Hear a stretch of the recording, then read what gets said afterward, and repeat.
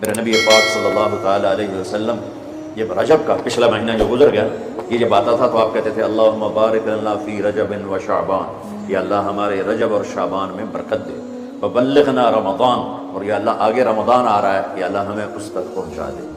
اور آپ شعبان میں سب سے زیادہ روزے رکھتے تھے، کبھی کبھی پورا مہینہ شعبان کے روزے آپ رکھتے تھے۔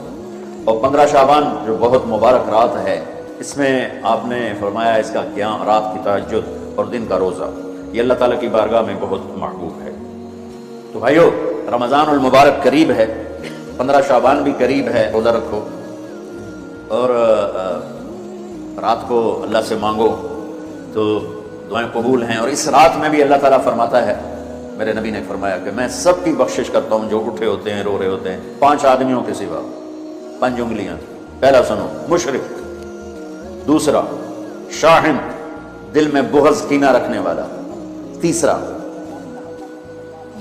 المسبل، متکبر تکبر کرنے والا، چوتھا عاق لوالدیہ، والدین کو برباد کرنے والا۔ ایک ہوتا ہے کبھی کبھی اونچا بول ہو جائے، غصہ کا، اس کو نافرمانی کہتے ہیں۔ عاق ہوتا ہے پھاڑ دینا، ایسا پھاڑنا کہ جڑ نہ سکے، جو والدین کے جگر چیر دے اور ان کے کلیجے جلا دے، اس کی اس رات بخشش نہیں ہوتی۔ وہ مدمن خمر، اور روز شراب پینے والا، عادی نشے والا، ایک اس کی بخشش نہیں ہوتی۔ بخشش نہ ہونے کا کیا مطلب ہے؟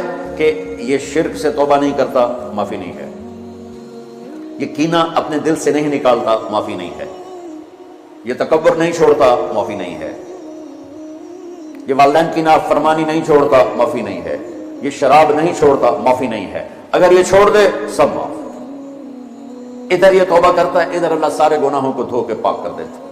اور اللہ کی رحمت اتنی طاقتور ہے کہ میرا رب فرماتا ہے، یہ تو میں نے 5 غلطیاں بتائی ہیں، لیکن میرا رب فرماتا ہے میرا بندہ میں تجھے عمر بھی دیتا ہوں، طاقت بھی دیتا ہوں، تو اتنے گناہ کر کے زمین فیصل آباد کی سے اٹھا کر آسمان کی چھت کو لگا دے، ساری دنیا گناہ گار ہو جائے نا تو آسمان کے چاند تک بھی گناہ نہیں جا سکتا۔ اور میرا اللہ کہہ رہا ہے ایک مرد عورت اتنے گناہ کرے کہ آسمان کی چھت کو لگا دے، پھر صرف ایک دفعہ مجھے کہے یا اللہ معاف کر، تو میں سارے ہی معاف کر دوں۔ تو بھائیو یہ رات بھی معافی مانگنے کی ہے۔ اور اگر رمضان کا مہینہ تو پورا معافی کا مہینہ ہے کہ دوزخ کے دروازے بند ہو جاتے ہیں، جنت کے دروازے کھول دیے جاتے ہیں، شیطان قید، آپ دیکھتے نہیں نمازی کیوں پڑھ جاتے ہیں رمضان شریف میں؟ کہ وہ نامراد قید ہو جاتا، تو کسی کو زنجیروں میں باندھا ہو وہ چل تو نہیں سکتا، چھوڑ دو زنجیریں تو چل پڑے گا۔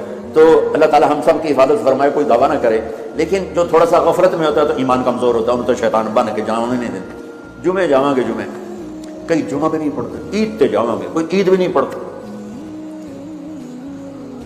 یہیں یہ ایک نگینہ سینما کے مالک نے بیان کروایا تھا اور اس نے بعد میں اس سینما کو گرا دیا، آج کل وہ کینیڈا میں ہوتا ہے۔ تو وہ سینمے کا جو تھا نا مینیجر، وہ میرے پاس آیا، کہا مولانا آج میں پہلی نماز پڑھی ہے، وہاں ہم نے مغرب کی نماز پڑھی، اس کے بعد بیان ہوا، بیان کے بعد وہ اتنا ہنگامہ ہوا کہ رش بہت تھا، وہاں نماز پڑھی نہیں جا سکے۔ میں کہنے لگا، میں چل رہا تھا میرے ساتھ ساتھ، مولانا آج میں پہلی نماز پڑھی۔ میں نے کہا کیا کہا جی یہی کہ زندگی کی پہلی نماز پڑھی، ہوگا راؤنڈ اباؤٹ 40-45 سال۔